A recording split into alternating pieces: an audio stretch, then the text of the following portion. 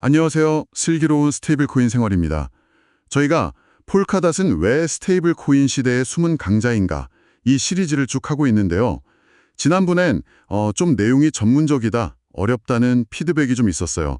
그래서 오늘은 네 번째 시간으로 아예 폴카닷을 정말 처음 들어보시는 분들 혹은 들어는 봤는데 너무 복잡하다 느끼셨던 분들을 위해서 아주 쉬운 버전으로 준비했습니다. 폴카닷 대체 어디에 쓰는 건지 또 뭘 중점적으로 봐야 하는지, 그리고 여기서 스테이블 코인은 어떤 역할을 하는지 궁금하셨다면요. 오늘 저희 이야기가 딱 좋은 길잡이가 될 겁니다. 네, 반갑습니다. 오늘은 복잡한 기술 얘기보다는요, 그 폴카닷의 핵심 아이디어, 그리고 실제로 어떻게 쓰이는지 그 사용성에 좀 더 초점을 맞춰볼까 합니다. 좋습니다. 네, 폴카닷이라는 큰 그림 안에서 스테이블 코인이 생각보다 정말 중요한 역할을 하거든요. 비유를 통해서 여러분이 쉽게 이해하실 수 있게 한번 설명드려 볼게요. 좋습니다. 그럼 바로 본론으로 들어가 볼까요? 폴카닷을 가장 쉽게 이해하려면 어떤 비유가 좀 좋을까요? 폴카닷은요, 안전하고 체계적인 환승역이다. 이렇게 생각하시면 좀 감이 오실 거예요. 환승역이요? 그거 흥미로운데요? 어떤 점이 환승역이랑 비슷하다는 걸까요? 네, 그러니까 여러 지하철 노선들이 아주 효율적으로 만나는 서울역 같은 큰 환승센터를 한번 떠올려 보세요. 네네. 폴카닷의 가장 중심에는 릴레이 체인이라는 게 있습니다. 이게 바로 모든 노선들, 그러니까 여기서 노선은 헤러 체인이라고 부르는데요. 이 패러 체인들이 연결되는 중앙 허브 역할을 하는 거죠. 서울역처럼요. 중심축이 되는 중앙역 같은 거군요. 맞습니다. 그리고 이 환승역에는 아주 중요한 규칙이 하나 있어요. 바로 XCM이라는 표준 환승 규칙입니다. XCM 표준 규칙이요? 네, 모든 노선, 즉 패러체인들이 다 이 XCM 규칙을 따라야 해요. 그렇기 때문에 서로 다른 노선 사이에서도 정보라든지 자산 같은 것들이 혼선 없이 아주 안전하고 또 예측 가능하게 오고 갈 수 있게 되는 겁니다. 아하, 중앙 허브 역할을 하는 릴레이 체인이 있고 또 모두가 따르는 XCM이라는 표준 규칙이 있다. 그럼 지하철 노선처럼 각자 역할을 하는 건 뭐라고 부르나요? 그게 바로 패러체인입니다. 이 패러체인들은 각자 특정 목적에 특화된 말하자면 독립 노선이에요. 독립 노선이요? 예를 들면요? 예를 들어서 1호선은 결제 전문, 2호선은 게임 아이템 거래에 특화, 또 3호선은 디파이, 그러니까 탈중앙화 금융 서비스 전문, 이런 식인 거죠. 오, 네, 이렇게 각자 전문 분야를 가진 노선들이 중앙 허브랑 이 표준 규칙 덕분에 서로 막힘없이 서비스도 이용하고 또 자산도 주고받을 수 있게 되는 그런 구조입니다. 그렇군요. 그러니까 각자 잘하는 분야에 집중하는 전문 노선, 이 패러체인들이 중앙역인 릴레이 체인과 공통 규칙인 XCM 덕분에 서로 필요한 기능이나 자산, 특히 스테이블 코인 같은 것들을 안전하게 주고받을 수 있다. 이런 말씀이시네요. 네, 정확합니다. 바로 이 안전한 환승 구조가 폴카닷의 핵심이라고 할 수 있습니다.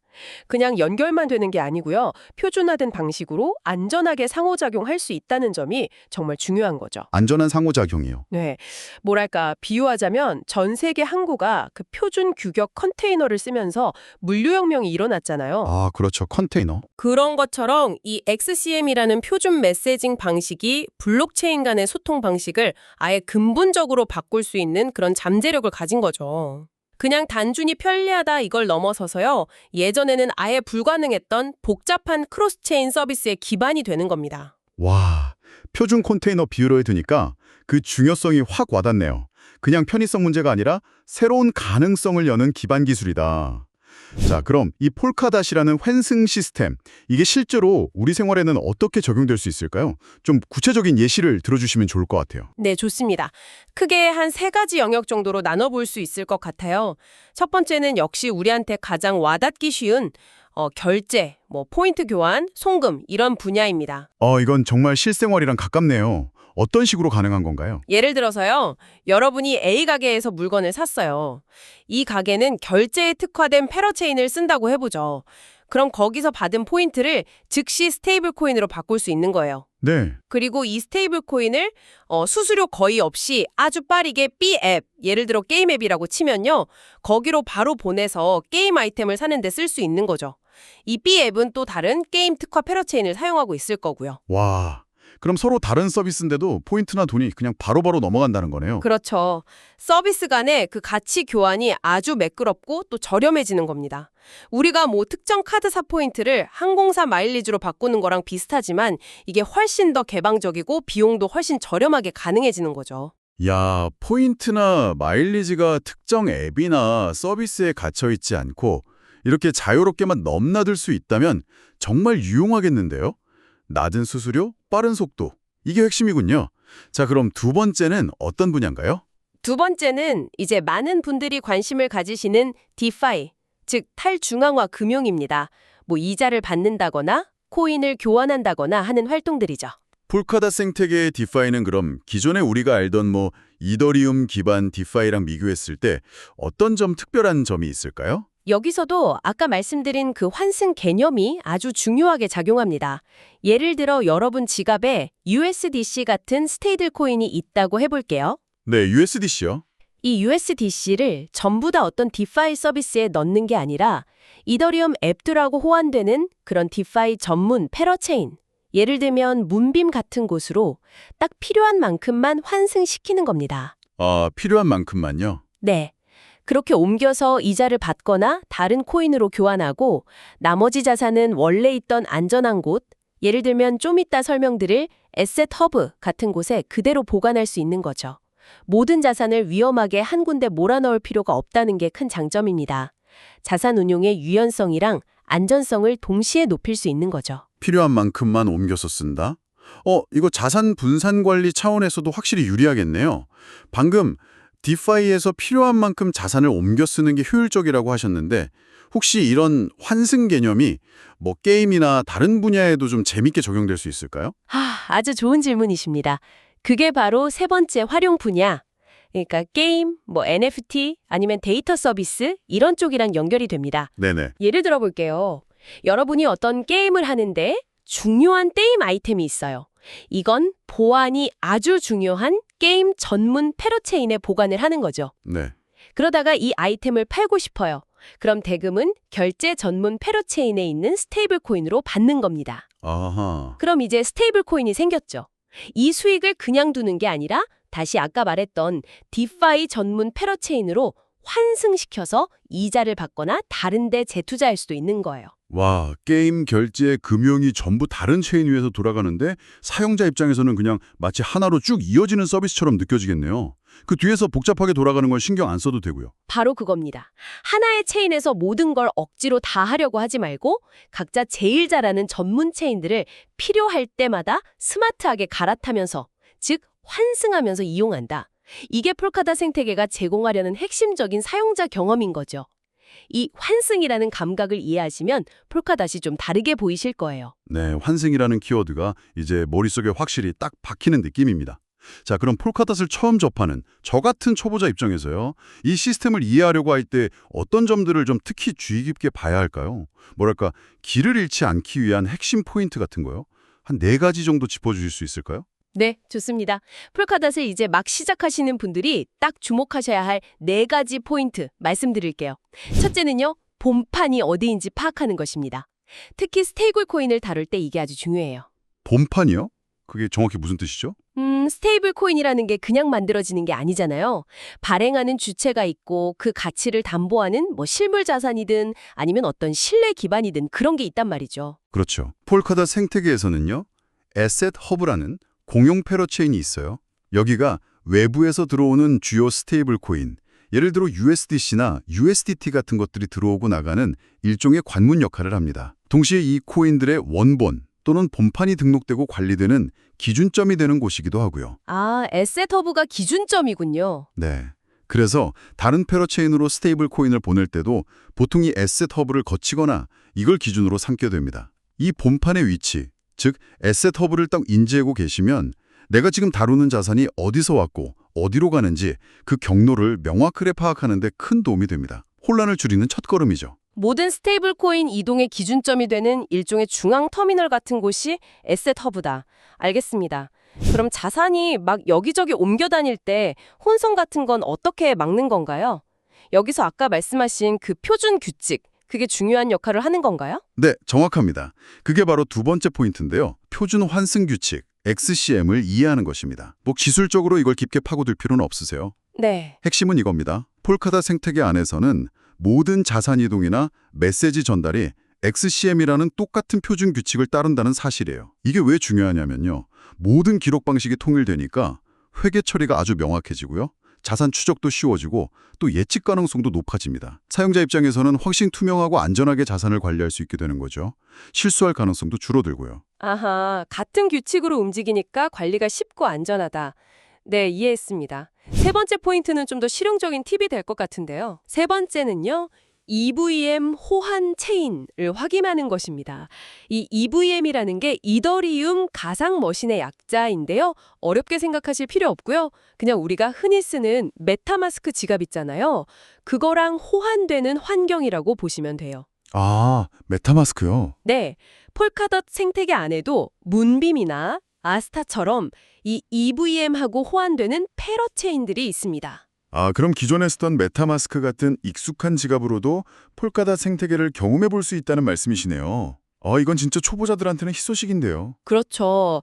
처음 폴카닷을 접하실 때 이런 EVM 호환 체인에서 시작하시면 뭐 새로운 지갑 사용법 배우는 그런 부담 없이 훨씬 수월하게 폴카닷의 그 환승 기능을 직접 체험해 보실 수 있습니다. 여기서 좀 익숙해지신 다음에 다른 특화된 패러체인으로 넘어가시는 게 좋죠. 네, 정말 좋은 시작점이 되겠네요. 자, 그럼 마지막 네 번째 포인트는 뭔가요? 네 번째는 수수료와 편의성을 직접 체크해 보는 것입니다. 이게 또 중요하거든요. 어떤 패러체인은요, 스테이블 코인으로 바로 수수료를 낼 수가 있어요. 아주 편리하죠? 반면에 어떤 곳은 그 패러체인의 자체 토큰이나 아니면 폴카닷의 기본 토큰인 DOT가 아주 소량 필요할 수도 있습니다. 또 자산을 옮길 때 뭐 바로 되는 경우도 있지만 약간의 시간이 걸릴 수 있다는 점도 미리 알고 계시는 게 좋고요. 수수료를 뭘로 내는지, 그리고 시간이 좀 걸릴 수도 있다는 거, 이런 실용적인 부분들을 미리 확인해야겠군요. 그럼 처음 이용할 때 가장 좋은 방법은 뭘까요? 이건 뭐 무조건 소액으로 테스트 전송을 해보는 게 정답입니다. 1달러든 5달러든 정말 아주 적은 금액의 스테이블 코인을 직접 옮겨보시는 거예요. 그러면서 수수료는 대충 얼마나 드는구나, 어떤 토큰이 있어야 하는구나, 시간은 얼마나 걸리는구나, 이걸 직접 경험해보는 게 가장 확실하고 안전합니다. 물론 사용하려는 서비스나 앱의 사용 설명서나 FAQ를 먼저 읽어보는 것도 좋고요. 소액 테스트. 정말 아무리 강조해도 지나치지 않겠네요. 자, 정리해보면 1. 본판인 에셋허브를 기준점으로 확인하고 2. 표준 환승 규칙인 XCM을 인지하고 3. EVM 호환 체인으로 쉽게 시작하고 4. 수수료와 편의성은 소액 테스트로 직접 확인한다. 이 네 가지군요. 자, 그렇다면 이 모든 과정에서 스테이블 코인은 정확히 어떤 역할을 하는 걸까요? 왜 폴카닷 이야기에서 스테이블 코인이 계속 이렇게 중요하게 나오는 거죠? 스테이블 코인은요, 폴카닷이라는 이 환승 시스템의 뭐랄까 혈액 같은 존재라고 할 수 있습니다. 크게 보면 한 세 가지 정도 핵심적인 역할을 하는데요. 첫째는 생태계의 기축 통화, 그러니까 현금 역할입니다. 현금이요? 네, 폴카닷 안에서 일어나는 대부분의 경제활동 있잖아요. 뭐 결제라든지 거래 수수료를 낸다든지 대출금을 갚는다든지 이자를 받는다든지 이런 활동들의 최종적인 정산은 대부분 스테이블 코인으로 이루어집니다. 마치 우리가 실생활에서 원화나 달러를 쓰는 것처럼요. 폴카닷 생태계에서는 스테이블 코인이 가장 기본적이고 보편적인 교환 수단이자 정산 수단으로 쓰이는 거죠. 아, 모든 활동의 기본 화폐다. 두 번째 역할은 뭔가요? 두 번째는 환승의 기본 단위 역할입니다. 아까 패러체인들이 서로 다른 전문 노선 같다고 했잖아요. 네네. 이 서로 다른 노선들 사이에서 가치를 이동시킬 때 가격 변동성이 막 큰 다른 암호화폐보다는 가치가 안정적인 스테이블 코인을 사용하는 게 훨씬 편리하고 예측하기 쉽겠죠. 아, 그렇죠. 변동성이 크면 불편하죠. 네, 그래서 패러체인 간의 자산을 옮길 때 가장 기본적으로 사용되는 운송수단이 바로 스테이블 코인인 겁니다. 다른 체인으로 넘어갈 때 쓰는 가장 안정적인 티켓 같은 거군요. 세 번째 역할도 중요해 보이는데요. 네, 그렇습니다. 세 번째는 리스크 관리 도구로서의 역할입니다. 아시다시피 암호화폐의 가장 큰 문제 중 하나가 가격 변동성이잖아요. 맞아요. 너무 오르락내리락해서. 네, 그런데 스테이블 코인은 가치가 달러 같은 법정 화폐에 딱 고정되어 있으니까 이런 변동성 위험을 크게 줄여줍니다. 뭐 기업이 서비스를 운영할 때나 개인이 자산을 보관할 때 훨씬 안정적이고 예측 가능하게 만들어주는 거죠. 회계 처리도 훨씬 단순해지고요. 말하자면 불확실성을 줄여주는 안전핀 역할을 하는 겁니다. 그렇군요. 정리하면 스테이블 코인은 폴카닷 생태계의 1. 현금, 즉 기축통화 역할을 하고 2. 환승할 때 기본적으로 쓰는 수단이고 3. 변동성 위험을 줄여주는 안전핀이다. 아까 폴카닷의 환승력에 비유하셨는데 그럼 스테이블 코인은 최종적으로 딱 뭐라고 부르면 좋을까요? 이 비유를 한번 완성시켜 보자면요. 폴카닷이 여러 노선을 연결하는 잘 만들어진 환승역이라면 스테이블 코인은 그 역 어디서든 통용되는 아주 편리하고 안정적인 교통카드이자 동시에 현금이라고 할 수 있겠네요. 아, 교통카드이자 현금. 네, 이 교통카드가 있어야만 그 환승역 안에 있는 다양한 노선들, 또 여러 편의시설들을 자유롭게 이용할 수 있는 거죠. 와, 환승역의 교통카드. 비유가 아주 그냥 착 붙습니다. 이제 폴카닷이랑 스테이블 코인 관계가 정말 선명하게 그려지네요. 그럼 아주 간단하게요. 사용자가 예를 들어 USDC 같은 스테이블 코인을 폴카닷에서 실제로 사용하는 흐름, 그 핵심 단계만 좀 짚어주시겠어요? 네, 초간단 흐름 예시입니다. 정말 딱 핵심만요. 먼저 거래소 같은 곳에서 구매한 USDC를 폴카닷의 에셋 허브, 아까 말씀드린 그 본판이자 기준점으로 보냅니다. 여기가 여러분 자산의 메인 금고가 되는 거예요. 네, 에셋허브로 보낸다. 2단계. 이제 이걸 가지고 디파이 앱을 이용하고 싶어요. 그러면 에셋 허브에 있는 USDC를 EVM 호환 패러체인, 예를 들어 아까 말한 문빔으로 환승시킵니다. 이때 여러분의 메타마스크 지갑에는 이름이 약간 다르게 보일 수 있어요. 예를 들어 XC USDC처럼 앞에 XC가 붙어서요. 잠깐만요. 이름이 갑자기 XC의 USDC로 바뀌면 이거 좀 불안할 수도 있을 것 같은데요? 그냥 USDC랑 다른 건가요? 아, 네네. 좋은 질문이세요. 충분히 그렇게 생각하실 수 있죠. 근데 불안해하실 필요는 없습니다. 여기서 XC는요. 폴카닷의 그 XCM, 즉 크로스 컨센서스 메시징 표준을 통해서 에셋 허브에 있는 원본 자산을 대표한다는 의미를 가진 일종의 표시예요. 아, 표시요. 네, 그러니까 나는 저기 에셋 허브에 있는 진짜 USDC랑 1대1로 딱 연동돼서 안전하게 이동된 자산이야 라는 걸 보여주는 셈이죠. 외부 브릿지를 통해서 임의로 막 포장된 랩 그런 토큰하고는 좀 개념이 다릅니다. 비유를 들자면 외부에서 온 좀 불안정한 택시, 일부 랩핑 토큰이 아니라 공항 터미널 사이로 오가는 그 공식 셔틀버스 XC USDC를 타는 것과 비슷하다고 보시면 돼요. 훨씬 안전하고 시스템적으로 보장되는 방식인 거죠. 아하, 공식 셔틀버스 비유 좋네요. 그럼 XC가 붙어도 당황하지 말고 아, 이게 폴카닷의 표준 방식이구나 하고 기억하면 되겠군요. 이름만 보고 헷갈리지 않으려면 어떤 습관이 중요할까요? 심볼만 보지 마시고요. 그 자산의 공식적인 식별자, 에셋 아이디라든지 아니면 컨트랙트 주소 같은 걸 확인하는 습관을 들이시는 게 좋습니다. 폴카닷 탐색기, 서브스캔 같은 도구를 활용하면 이 정보를 쉽게 확인할 수 있거든요.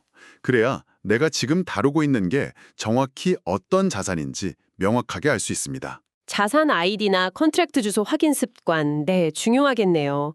그럼 지금까지 쭉 이야기 나눈 내용을 바탕으로요. 폴카닷을 사용하기 전에 이것만은 꼭 체크하자 하는 최종 점검 리스트 같은 걸 한번 만들어 볼 수 있을까요? 네, 좋습니다. 폴카닷을 안전하고 또 현명하게 이용하기 위해서 딱 5가지 핵심 체크리스트를 정리해 볼게요. 첫째, 내 자산의 기준점이 에셋 허브가 맞는가? 내가 주로 사용할 스테이블 코인이 에셋 허브를 통해서 관리되고 있는지 확인하는 거죠. 네, 기준점 확인. 둘째, 내가 쓰려는 환경이 EVM 호환 환경인가? 특히 초보자분들은 메타마스크 같은 익숙한 도구를 쓸 수 있는 문빔 같은 EVM 호환 체인에서 시작하는 게 편합니다. EVM 호환 체크. 셋째, 표준 XCM을 잘 사용하는 서비스인가? 폴카닷의 네이티브 기술을 잘 활용하는 검증된 서비스를 이용하는 것이 더 안전하겠죠. XCM 표준 사용 여부. 넷째, 수수료는 뭘로 내고 또 얼마나 드는가? 스테이블 코인으로 수수료 지불이 가능한지 아니면 DOT가 필요한지 또 예상 소요 시간은 어느 정도인지 미리 파악해두는 게 좋습니다. 수수료와 시간 체크. 그리고 5째, 이게 어쩌면 가장 중요할 수 있는데요. 소액 테스트를 반드시 먼저 해봤는가?